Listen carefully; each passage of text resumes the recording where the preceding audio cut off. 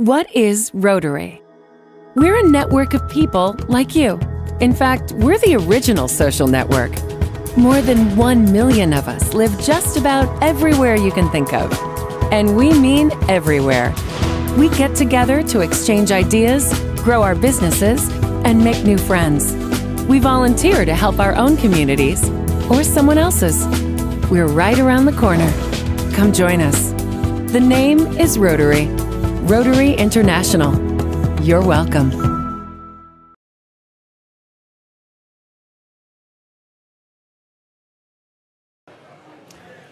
Welcome to the Rotary Club of Tulsa. I'm your president-elect, Hannibal Johnson. I'm pinch hitting for President Mike Homan, who's visiting South Africa this week. We wish President Mike peace and blessings, and we look forward to his safe return. Your Rotary Club of Tulsa is working hard to attract amazing new members. That work has paid off. Virtually every week we're seeing new faces. We're so excited to add even more dynamism to an already flourishing club. Welcome to all, our newest members, our stalwart Rotarians, our guest Rotarians, our staff, and our community visitors. You're among some of Tulsa's finest business and community leaders who do great things here and around the world each and every day. Frederick Douglass, the great philosopher, abolitionist, activist, and humanitarian, said, "There are two ways of exerting one's strength. One is pushing down, and the other is pulling up." We are all about the business of pulling up, wrapping our heads around problems, lending a hand in search of solutions, and all the while showing heart. That is the Rotary way. Speaking of the Rotary way, or better yet, the Rotary Club of Tulsa way, we've got another great luncheon program in store for you today. This Saturday, November the 11th, is Veterans Day. Veterans Day celebrates the service of all U.S. military veterans. And as the proud son and brother of Army and Navy veterans, respectively, I'm honored to preside over our annual program saluting America's service members. So let's get started. We'll have our invocation from Jerry Dillon, our branch of services and pledge from Corey Nickerson, and our visitor introductions from Ed Monette. Let's pray together. Our dear Heavenly Father, we are eternally thankful for all those who have and are serving in the armed forces, those who protect us as police and firemen and women, and those citizens who are the first responders in times of peril. We ask the question, why do you as a loving God allow such violence to happen in our world? When horrific innocent suffering happens, it is difficult for us to imagine how you could bring enough good to explain the evil. As we are aware, last Sunday, there was a guest preacher at a church in Texas, Brian Holcomb. His wife, Carla, came to worship with him, as you know, along with their son, Mark, Daniel, their pregnant daughter-in-law, Crystal, and their grandchildren, Noah, Emily, Megan, and Greg. Then the Devin Kelly opened up fire, killing all of them.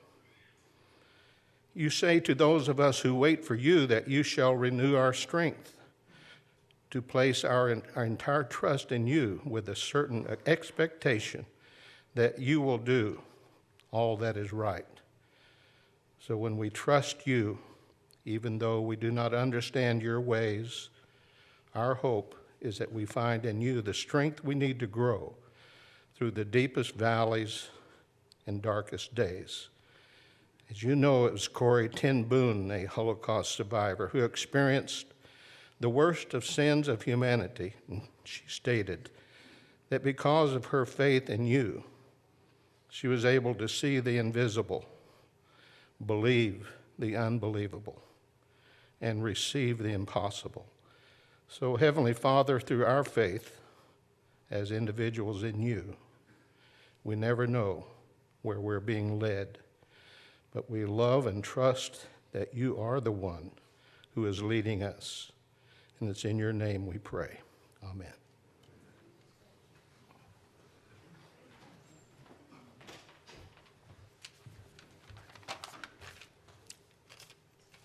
You guys are going to be standing up for a long time. Tell you what, have a seat for a moment. And when the music starts, you can decide whether you want to stand up or not. The City of Tulsa Pipes and Drums was founded in 1976 and is under the directorship of Pipe Major Bill Tetrick. Bill is the former pipe major for the 7th U.S. Cavalry Pipes and Drums. The band's mission is to bring the vitality of the Scottish Highland culture to people everywhere by performing traditional and contemporary piping arrangements across Oklahoma and other states. As a competition band, the City of Tulsa Pipes and Drums competes both regionally and nationally. The City of Tulsa Pipes and Drums performs at numerous venues, including schools, community events, military reunions, commencement ceremonies, parades, and Rotary meetings. Commander Bill.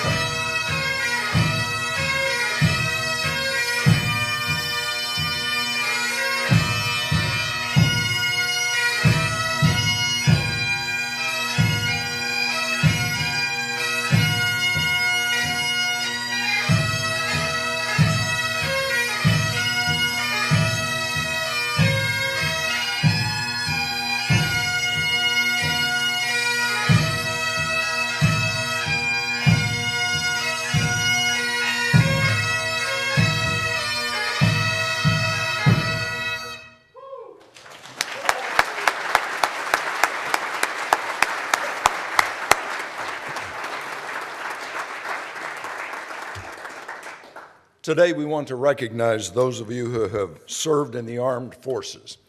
So if you served in the U.S. Army, would you please stand?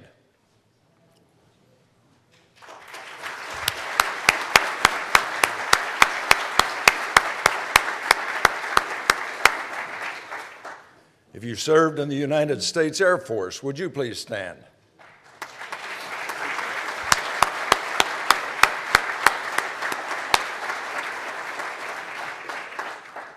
If you served in the United States Coast Guard, would you stand? All right.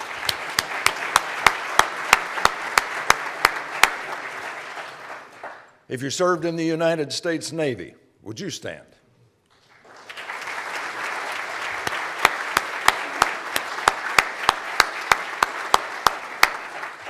And if you served in the U.S. Marine Corps, would you stand?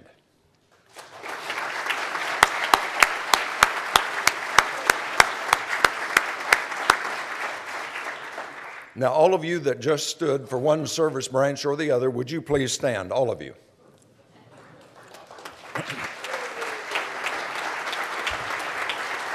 Remain standing. If you're a family member, if you have a family member who is currently serving in any branch of the United States Armed Services, would you please stand?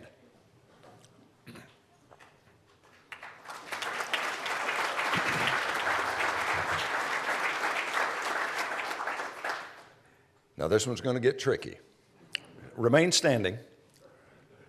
If you had a grandparent who served in the armed forces, would you please stand?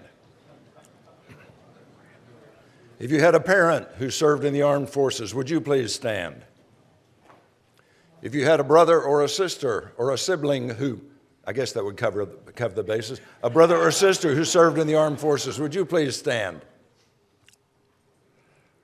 If you had a son or a daughter who served in the armed forces, would you please stand? If you had a grandchild who has served in the armed forces, would you please stand? I've got one of those, by the way. Okay, now, those of you who are not yet standing, if you look around the room, if you have a friend who served in the armed forces, would you please stand? That covers the bases, pretty much. God bless America.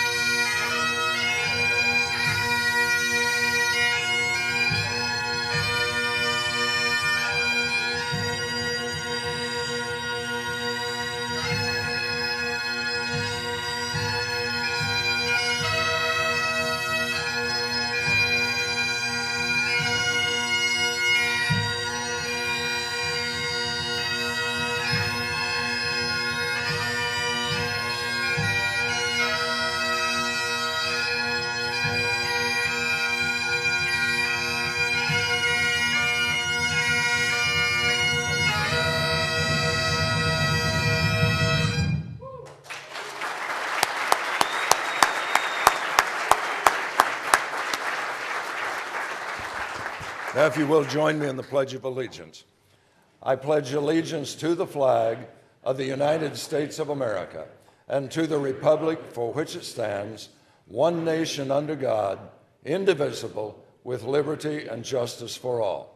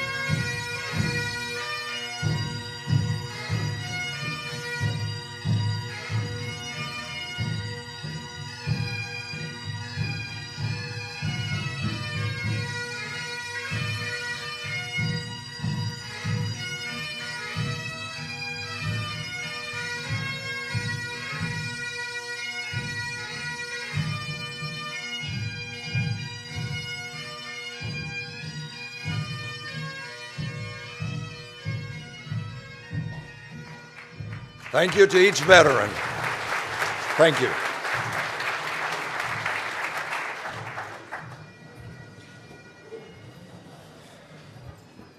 I'd like to welcome everybody to the Rotary Club of Tulsa. Here, I need to get my glasses here just a second.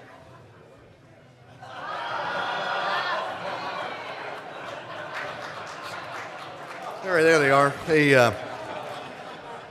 I've been watching Bedlam pretty much all my life, and only Saturday did I learn it's not pronounced Bedlam, it's Bellum, because there is no D in Bedlam. Defense, get it? It was, there we go, okay. But anyway, as is our custom, I will introduce our visitors and their host, Rotarian. If you will stand briefly so we can spot you, and then sit back down, we will hold our applause and greet you en masse toward the end here. Kathy Gorell has as her guest Tanya Blancett with the Tulsa Air and Space Museum.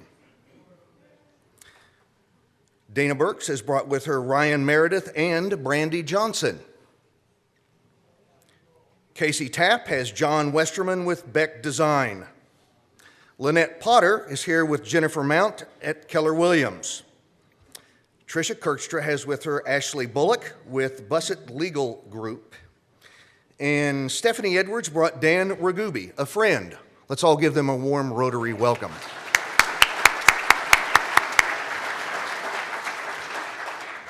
A couple of visiting Rotarians from the Sunrise Club. We have Barbara Smallwood.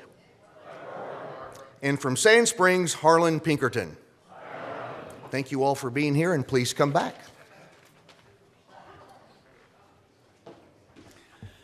Thank you to Jerry, Corey, and Ed, and thanks, of course, to the City of Tulsa Pipes and Drums. Once again, welcome all.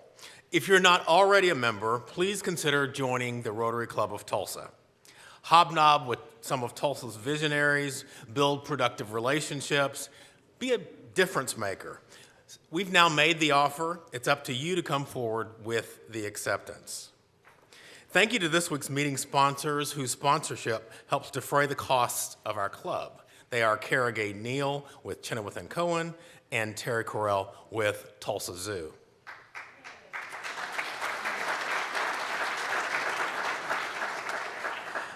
I like to say that when you have a choice, give your fellow Rotarians the business. You'll be glad you did. In addition to today's sponsors, let's also thank our meeting volunteers because they make our meetings run smoothly each and every week. Let's thank our volunteers.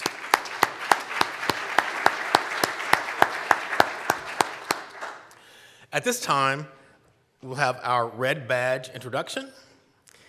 Joining me will be Rotarian Barney James, who will introduce our newest club member, Karen McCannell. And while they're coming to the stage, let's thank John DeBars for, again, conducting today's new member orientation. Thanks, John.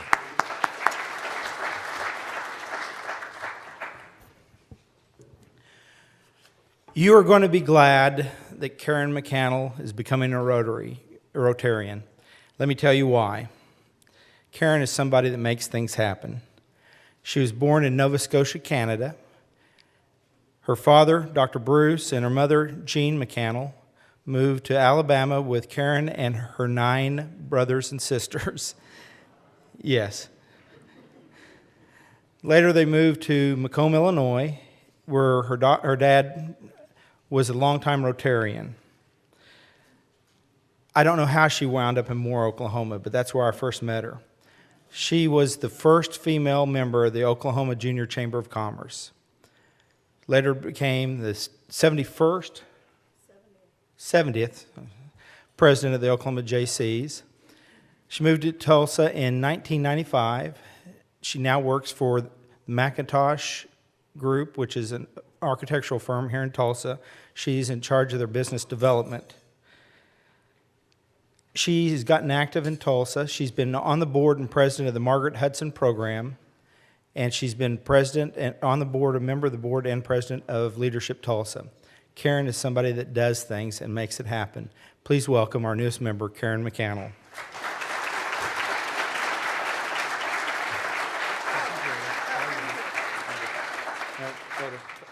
Anna, you're in here.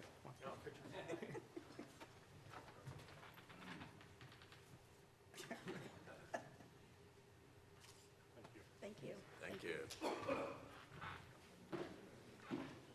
Once again, let's welcome Karen McCannell to our club.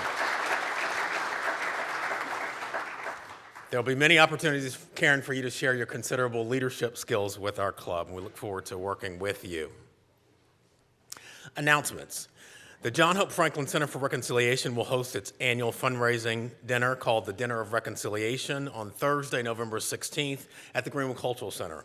Members of the Rotary Club of Tulsa are volunteering at the dinner, so if you or someone you know would like to join our volunteers, please plan to arrive between 5 and 5:30 p.m. on the 16th. The reception will begin at 6:30 and the dinner begins at 7 o'clock. We'd like to welcome Grace Strickland and her parents, Gray and Shelley Strickland, to the Rotary Club of Tulsa. Grace is a student at Booker T. Washington High School. She's applied to our club for sponsorship under Rotary's International Youth Exchange Program.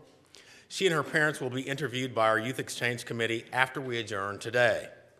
As a Youth Exchange student, Grace will spend her junior year abroad, attending high school in a host country, living with Rotarian families, and fully immersing herself in the language and culture of our host country. What an honor and a privilege. Thank you, Grace, for participating in one of Rotary's most dynamic youth services programs. Let's salute Grace and her parents.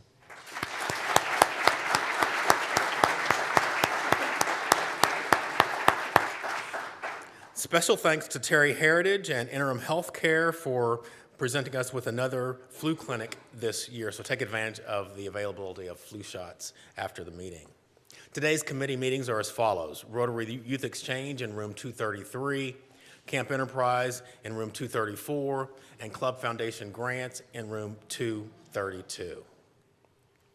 It's now my pleasure and privilege to turn the meeting over to our Sarge, Charles Sechrist. Charles. President-elect, good to be here. All right, let's get it started real quick. About something different today. At the last minute last night, like 11:45 to 11:50 in the p.m., I get an email from Marty Alexander that it's her birthday, so we're going to do something different. I didn't have a chance to make a slide for her. So Marty, we're going to do the first ever official live slide. So please stand up. So come on, stand up. Everybody stare at her. She's not moving up on the screen, because that's what you all do. You look at her, okay? Marty is 62 years old, and she's donating $62. Thank you very much. And after Ed, it's going to be snowfall here, or snowballing here in a second, but she appreciates the 62 points OU put on the board for her birthday. So, very good. Thank you very much. A lot of firsts. It's very exciting, very exciting. All right. Now, here we go. Jerry Barrientos, $100. Happy Halloween. 3 kids, 3 personalities, and 1 to 2 future Rotarians. And if you know Jerry and know these grandkids, they are probably just, or kids, should I say, step away from taking over and making a live Simpsons show. So just something there. So thank you, Jerry, wherever you are.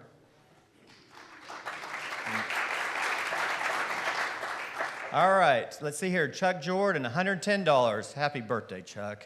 Look, $1 for each year of life and $40 for 40 years of enforcing both law and order. So that's really very incredible. Is Chuck here today?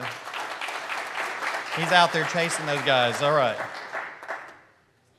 David Dopp, $128. And I had to practice this one to make sure I got all these down just right. So first of all, happy birthday, David Dopp. His birthday, I think, is on the 15th.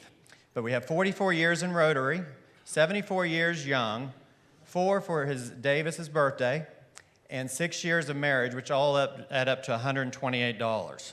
So that is a busy 74-year-old man, and I'm 52, and I don't think I have this busy of November, with even Thanksgiving included. So thank you very much. You put him and Chuck together, 70-year-olds are the new 20, so that's pretty incredible. All right.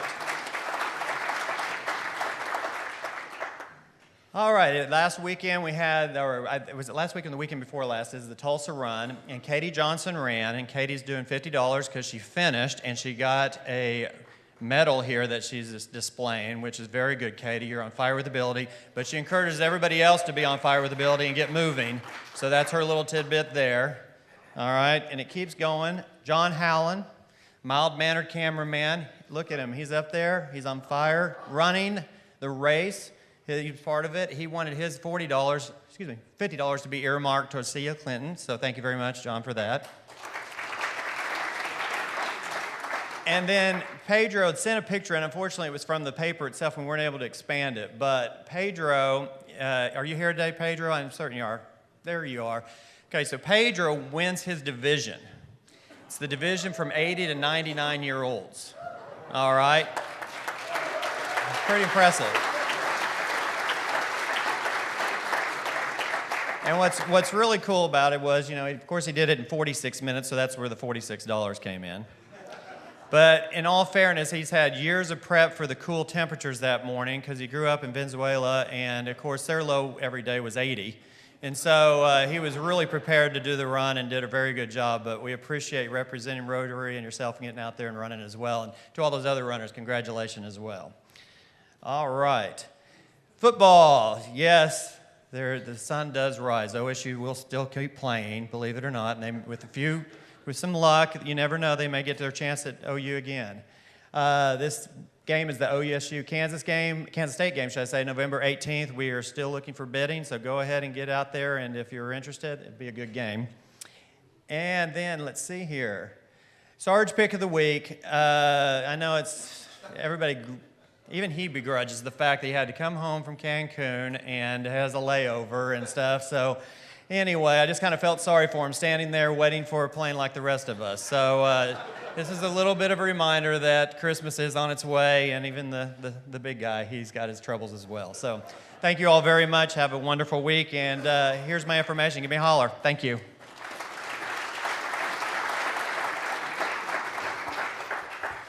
Thank you, Charles.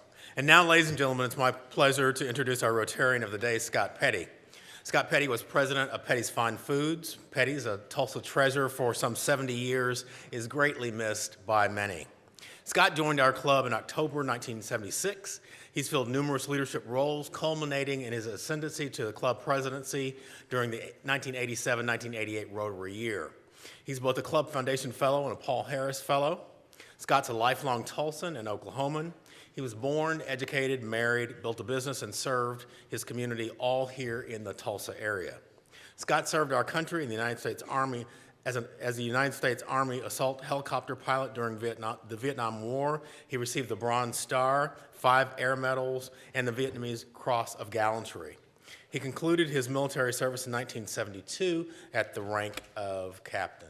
Please help me extend a warm Rotary welcome to one of our outstanding fellow Rotarians, Scott Petty. Scott?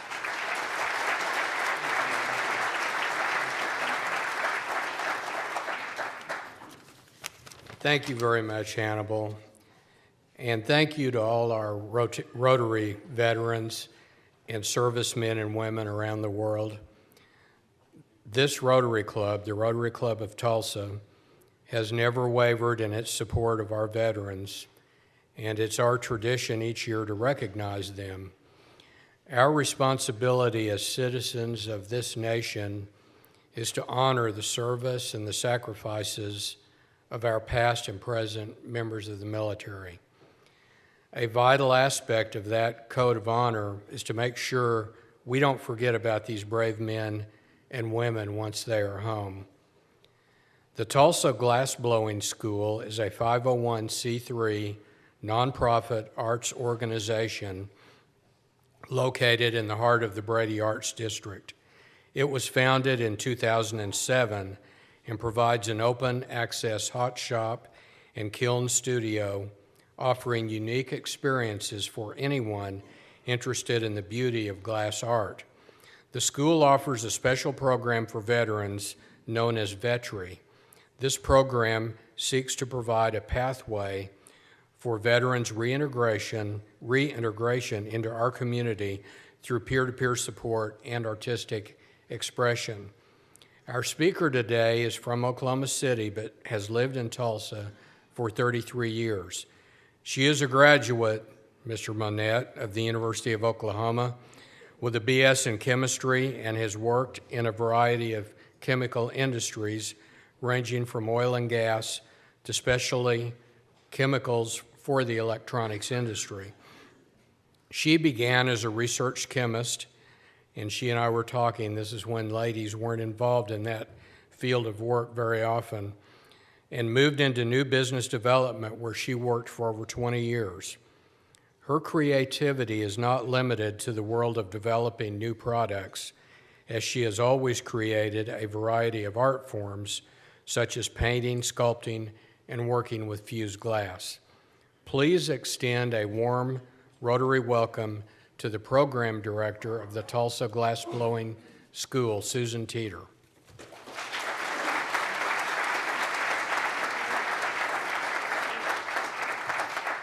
Well, thank you for having me here today to talk about a program I'm really very, very passionate about. I will try and stay on time because I know there's a schedule, so if they bring out the big crook, I'm still talking, well, that's okay. I can be entertaining. So, I'm going to talk a little bit about, we're going to back up one, our VETRI program. First off, just by show of hands, how many of you knew we had a glassblowing school here in Tulsa? Oh, quite a few of you. That's awesome. Usually I get one person, and I usually know them. So it's great to see. Most people in Tulsa don't know that we exist. We kind of fly a little bit low under the radar. And we've been here for a very long time, for 10 years. So this is our 10th year this year. So that's kind of a big benchmark for us to survive as a small nonprofit doing what we do. So I'm here today to talk really about our veteran program. And how it really helps veterans. I know a lot of people go, oh, she's going to talk about art. Oh, well, okay, I'll be nice, and I'll listen. But it's really much more than that, and I'm going to show you how, maybe get you all excited about that. Oops. Whoops, I'm going backwards. What am I doing? Nah. Oh. I just have a technical degree. It is from OU, so bear with me. I'll get it. I'm not an engineer, I'm a chemist. There's a difference. Okay, so just like Scott was saying, we're a 501c3 in the Brady District. What you don't know, we are deeply committed to our community. I know a lot of people say that, but we actually do it a lot of in action, which is why most people don't know we exist. We don't spend any money on advertising. We spend it all on programming. And what majority of Tulsans don't know is we cut our teeth on working with at-risk youth, particularly at-risk teens. So let that sink in a minute. Who has teens or has had teens? Right? That can be a little bit challenging, right? And then you put on some other life challenges on top of that, and it's really can be very difficult to get through to. And then you tell them when you come to the studio you can't use your phone. Oh my gosh. If looks could kill, right? We would not have made it past 9 more years, but we do. We've had a number of these kids from like Street School or Tulsa Met or Phoenix Rising. If you're familiar with those programs, these are kind of last-ditch efforts to keep these kids from falling into the abyss of incarceration or addiction or all manner of not very good paths. We've had 7 go on to school and go on to graduate from universities with BFAs. So it's really quite a thing. Once you can get onto them and get to them, this art form really has something that builds you up as an individual. So we knew this. And we thought, well, we work with teens. Is there some other, group that we could kind of identify to work with? And we saw a little article. There is a great museum and glassblowing facility out in Tacoma. Washington seems to be like the land of glassblowers. If you're familiar with Dale Chihuly, he's in Seattle. And Tacoma is not that far away, so they all kind of congregate. And they had started this program called Hot Shop Heroes, where they're working with their Warrior Transition Battalion. These are soldiers who bear significant injuries, and they're called silent injuries of war. They're not physical, they're emotional or psychological, or they may have a traumatic brain injury. They just were suffering so much they could not be out of the hospital, so they couldn't function on their own. And one of their generals saw a glassblowing demo, and he goes, I think there might be something here. Let's try it out. And what they found when they did this study is that those soldiers that participated in the program progressed much more rapidly through their treatment program than those that did not. So they felt like there was really something here. Now, since they are the federal government and they are the VA, they don't share their data, so it's all anecdotal. But I talked to the director at Tacoma, and I said, hey, I think we can try it because, well, what do we got to lose? We can work with teens. We can work with anybody, right? We have survived this. And the first thing she said is it will change your life. And I was like, sure. But it is, and I'll share some of those things hopefully today and how it has changed us and open our minds to what our veterans face when they come back. First, I want to tell you a little bit about veterans, our veteran community. Oklahoma has the second largest veteran population in the United States. We have 336,000 veterans, which I think is pretty amazing. I think Oklahomans in general, and since I am an Oklahoman, I can say this, I think we have somewhere in us some genetic material that says we need to serve, right? We want to help our neighbors and our communities and things like that, and I think that's why we had a large number of veterans from our state. The thing that I'm not very proud of, the latest VA data shows that our suicide rate is 102% of the national average among veterans that are aged 18 to 34. And so that is tragic. Here's people that went to serve, they come back, and they just can't find a way to come back into the community. They don't feel like they fit anymore. They don't know how to get back to being what they were before they left. And I think any veteran here, and there's a significant number of you probably have felt some of that when you did come back. There's a difference between coming back and coming home. and we really want to make sure the veterans can find a way to come home and belong back in their home. So I think that's the value and the great thing about this type of program. So we started back in April. It's only been going for a year. Seems like longer. We found a class of 6 that I coerced into coming because veterans don't want to leave their homes. I mean, even if you have a job, you might be looking like you're okay on the outside, you really just want to kind of stay away by yourself. So these guys tend to want to isolate, not do anything, or when they get home, they're like, nope, I'm not doing anything. I don't want to talk to any more civilians than I have to, because you just don't know what I'm talking about. Okay? So we pulled from active duty. We take active duty and we take veterans. And we put them through 6-week sessions. And they can have up to 4 6-week sessions with us. It's only veteran classes. There's no other civilians in there other than some of our instructors, but we also have instructors that are from the military, and that really does help. And then we just keep them together as a cohort, because one of the things that military people will tell you, veterans will tell you, when they get out of the service, what they miss is that camaraderie. They miss their brothers and their sisters in arms, right? They miss that unit, that platoon, that whole idea of togetherness. And so we are encouraging that to be rebuilt through our program. So, we cover all the branches of the military, and that's not entirely true, but I did see someone in here that's from the Coast Guard. So I'm going to do my best to get him recruited into this. We can say this is truly true, that we have all the branches of the military. We have all of them except for the Coast Guard. We have quite a few National Guard members also. And then right now, when I did this slide, this was correct. We had 43 students, 34 men and 9 women. We actually have brought in 18 new class members, so the number it's actually kind of snowballing on us. And we're very small entities, but we're trying to accommodate as many as we can because we have seen the impact that it can have on them and the difference that it makes when they come in and say, you know what, I was really thinking about committing suicide yesterday, but I knew I had to come to class, so I didn't do it. That makes you stop and pause and think about it. You know, that maybe this program has impact that really is needed to be done here. 80% of our veterans are combat veterans. I don't think that's unusual. They come back with all types of issues, and most of them will tell you they're totally fine. There's nothing wrong with me. I'm all good. But when they would go home, you know, they have all these thoughts and memories and things that they haven't dealt with. And so this gives them a place to develop that camaraderie back where they can share those thoughts and memories and start working through their issues that they have. We have some that are Vietnam-era veterans. We have 7 of them. I'd like to have more. These guys are super tough to get into a program for sure, because if you think about, for those of us who are a little bit older than, 30, which obviously I am. I was listening to my bio. I'm going to have to change that, given, all those years of experience and stuff. I'm sounding really old about my age. Is that their coming back was very different than the coming back that veterans from anything from Iraq, the Middle East, has been, right? If you remember back in the 70s, they were not welcomed. And so they have that trauma, besides the combat trauma, they have that trauma of not being welcomed back and being looked down upon. And so they've had that for years now, and they've kind of embedded that. And I'll just share this one little quick snippet. We did get one Vietnam veteran in who's still in the program. His wife forced him to come. But in 40 years, he had never admitted he was a veteran. And that's why he didn't want to come to the program. He did not want to be labeled that. He didn't tell his employer. He burned everything. The only thing he kept was one photo, his enlistment photo. And once he got in there and really kind of got situated into the program, he realized it wasn't bad to be a veteran, right? That a Navy guy is a Navy guy. It doesn't matter when you went to the Navy. All the things were still the same, and he kind of started to ease down on that.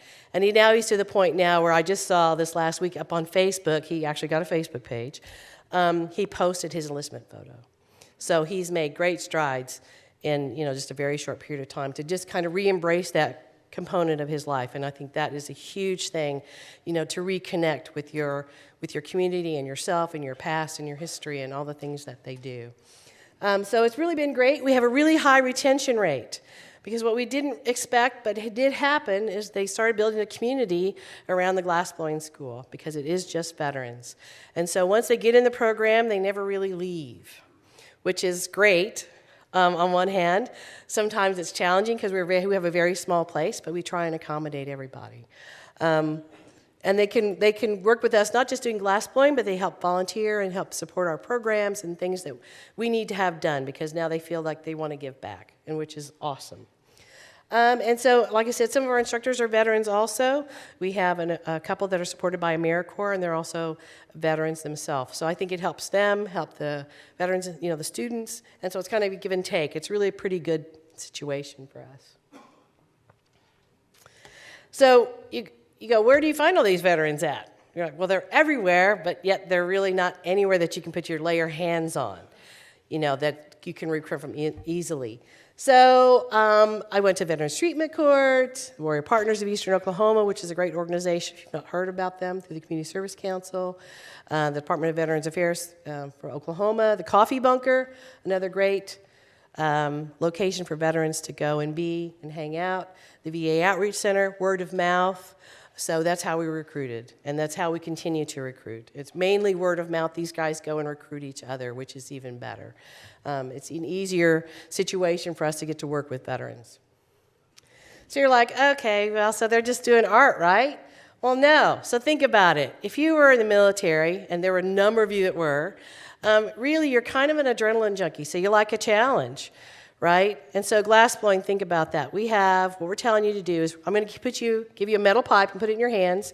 And I'm going to say, okay, go collect that glass out of that furnace. It's at 2,100 degrees. A couple of hundred degrees cooler than the lava. Don't worry about it. Don't drop it. Don't spill it on yourself. Don't burn yourself or anybody else in the room. And keep the pipe turning. Do all those things all at one time. All right, so that just kind of boggles most people's mind. But because soldiers have been through training, and we've challenged them, they're the first to step up to that challenge. They will do it, right? And because we've built a little unit around them, someone that's going to help them, and someone else is going to help them, they know how to work in teams. Because there's no such thing as a solitary glassblower. Dale Chihuly does not work by himself. He has a team, right? And so do our guys. Okay? The other thing that builds upon is soldiers are trained to make split-second decisions, right? You've got a problem, take care of it, do it, answer it, resolve it. And glassblowing is just like that too. You don't have time to sit there and think about, what's going to happen? Well, by then you've already dropped it off the pipe, or you burned somebody, or you burned yourself. So none of those are good scenarios, okay? And it's really difficult to master. If anybody has tried it, has anybody tried the glassblowing? Yeah. Right? So, our instructors are there, but it's still a little bit harder than you think. It's not as easy as they show you on Channel 11. Okay, those guys have been blowing glass for years. Okay?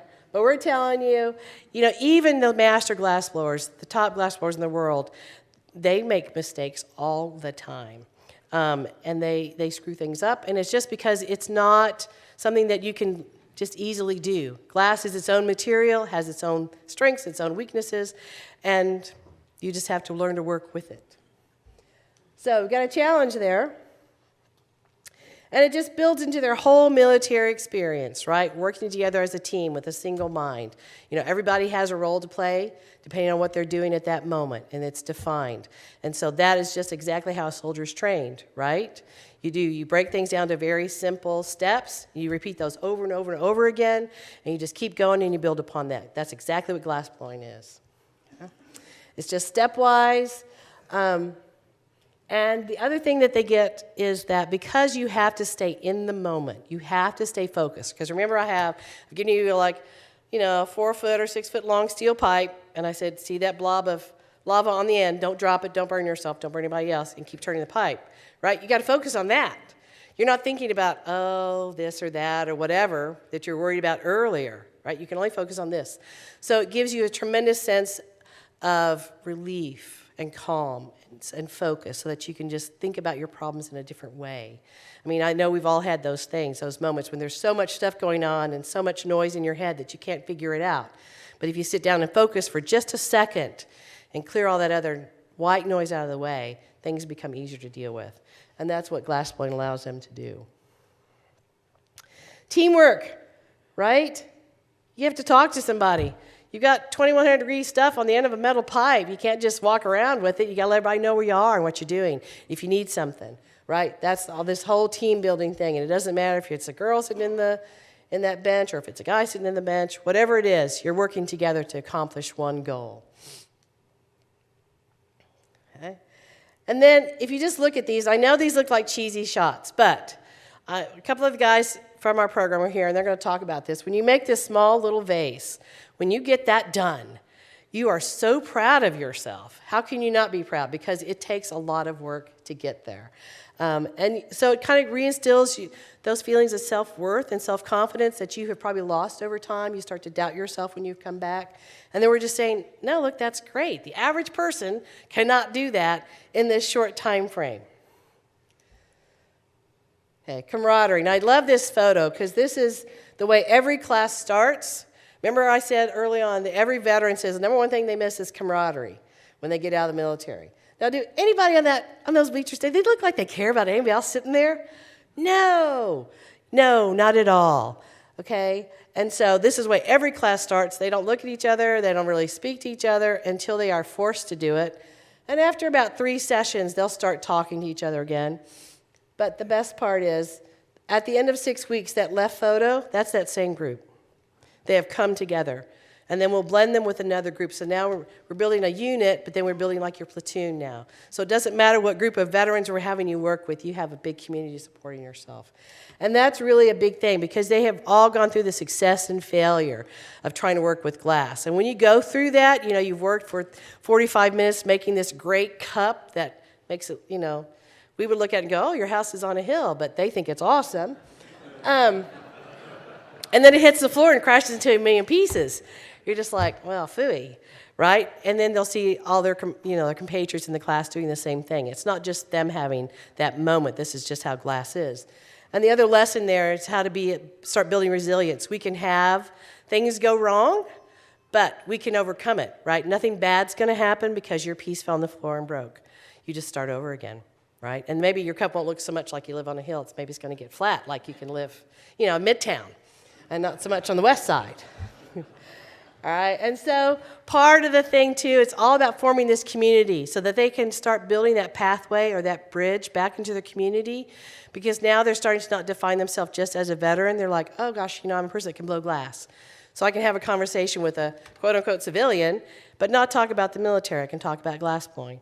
And that's kind of a very first step for them into kind of finding a way to talk to other people that are not veterans, which is what they have all relegated themselves back to do. All right, so before we get into that slide, I brought a couple of people with me who were in our veterinary classes because they're always more interesting to talk to or listen to than me. The very first person, his name is Rob Watson. He was in our second class. He was in the Air Force. I'm going to let him talk a little bit about his take on the program.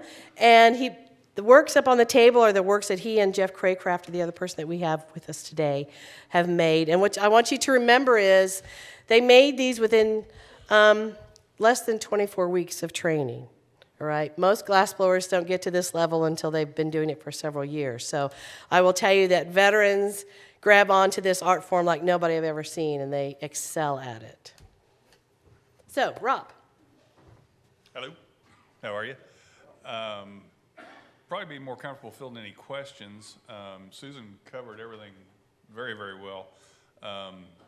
One thing I wanted to kind of accentuate is she talked about the intensity of focus, and that's probably one of the things that gives me more therapeutic value than anything else. Is if you start a big project, you may have hot glass in your hands for 2 hours, and that's the only thing you can focus on. If you stop moving, it falls off. If you lose focus, you dent it or you drop it, or so it's like 2 hours of intense focus where there's nothing else. There's no more room in your psyche for any of your day-to-day issues. So it's really intense for that period of time, but when you're done, it's just so relaxing. There was one veteran that I think we've kind of lost track of, that he swore up and down that the VA never gave him any medicines that worked as well as 2 hours of blown glass. So anyway, like I said, Susan did a wonderful job at covering all aspects of it. So if anybody has any questions or... yes, please. Do you end up We had a show just a while back at Hardesty Art Center, and I think it was pretty successful. I had my favorite piece didn't sell. Because somebody priced it so high that it wouldn't sell. Just saying. We had a guest artist come in and work with us for about a week, and one of his specialties is leaves, and he worked with me a little bit. I've got a long ways to go to perfect this, but it's my favorite piece.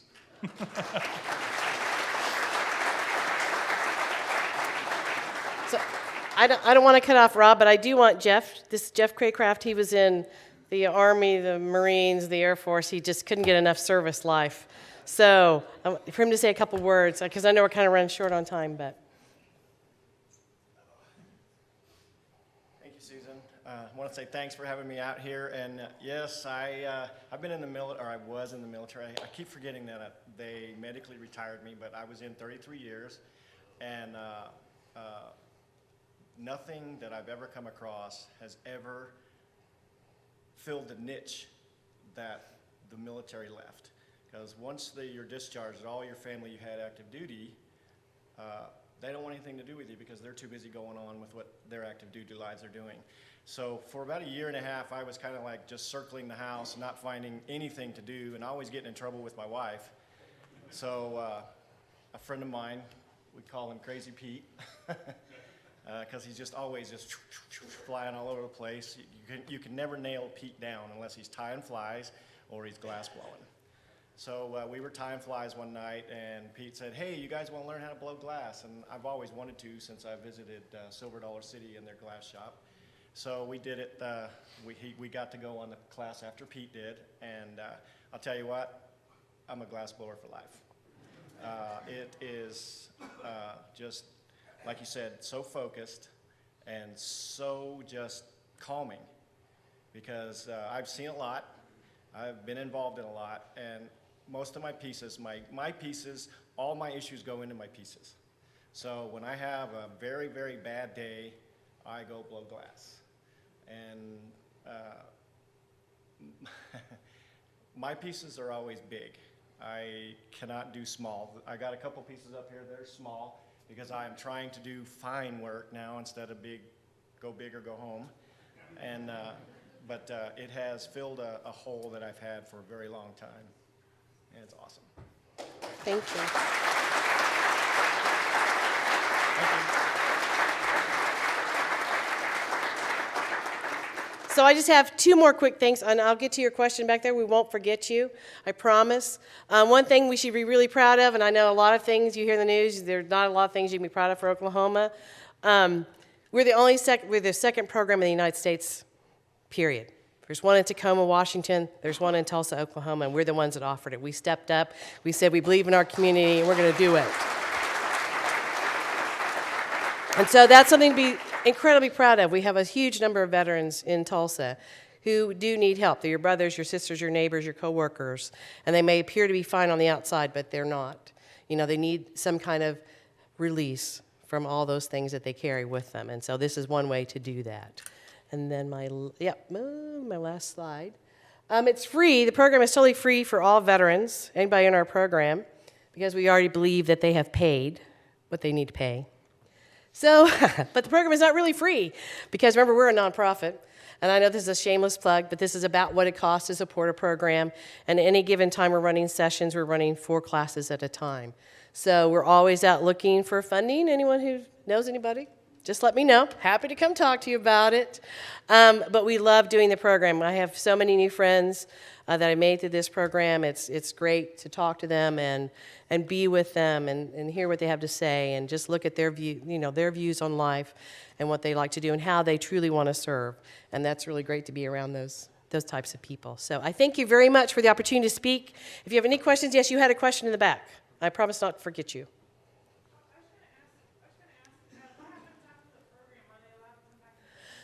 So the question was, what happens after the end of their 4th session? And so what we allow them to do after the 2nd session is they're allowed 2 hours a week to just come in and practice and continue to work. So they're in our program forever. We don't really let them go either. And we have just now added what's called lamp working or torch working. This is where we work with rods of glass with the torch. And that'll be another thing that we add for them. So we can continue to add things that they can build upon, other experiences. Yes? Well, very quickly, we were there Friday night. Yes. For First Friday, we watched the class flowing, and had 4 kids with us, and they were transfixed. Absolutely loved it. And the veterans talked about the program, and it was a ballet, the way they worked together. It was magical. And then the end result, I had no idea how to open them up. You know, that little glow then becomes this, oh, it was amazing. I have pictures. We're always amazed. So, one last question. Yes? What nights if someone was trying to recruit some effective program, are there certain nights of the week that you kind of just watch part of it? Sure. The best day is Sunday. Our program goes from 12 to 6 because we'll have all the different groups, the advanced intermediates, and beginners all work. They have their own time frames. We have a group that works Thursday morning from 9 to 11. That's another group. And then we have a group that works on Tuesday mornings from 9 to 11. So there's kind of a variety, a range. But if you want to, usually Sunday's the best time to come see because we usually have the most people there and they're doing quite a bit of different types of things, depending on their skills. Thank you.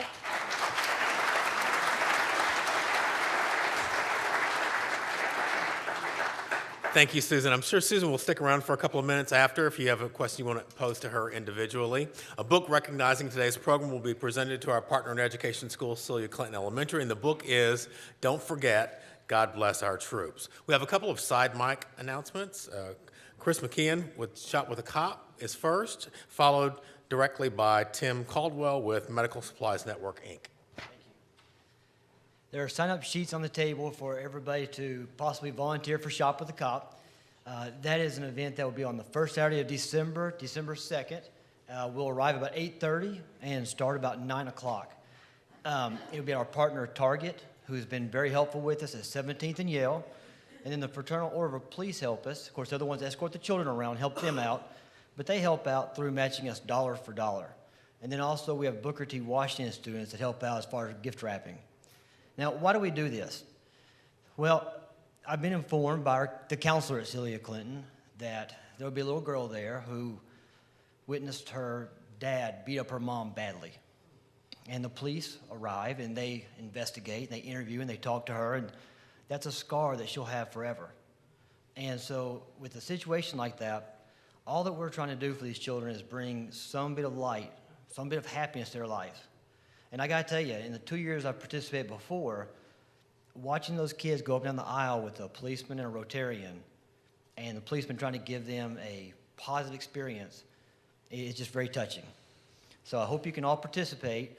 And the Big 12 Championship game that day will not start. I'll have you out before it starts. Let me put it that way. So that's an issue. Thank you. Thank you.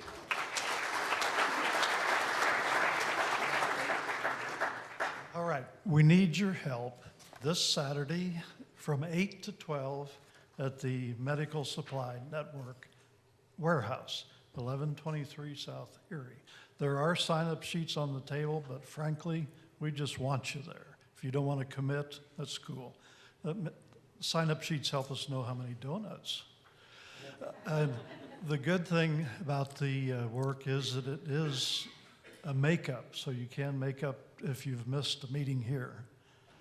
And the other thing I have to tell you is that the Mercedes did not go to Luann Buehlinger as I promised. Karen Gilpin of the Iola, Kansas Club won it. Thank you. Just a couple of notes on upcoming programs. November the 15th, Elliot Nelson with Nelson and Stowe. November 22nd, Jessica Moffitt, First United Methodist Church for our Thanksgiving program. Go in peace.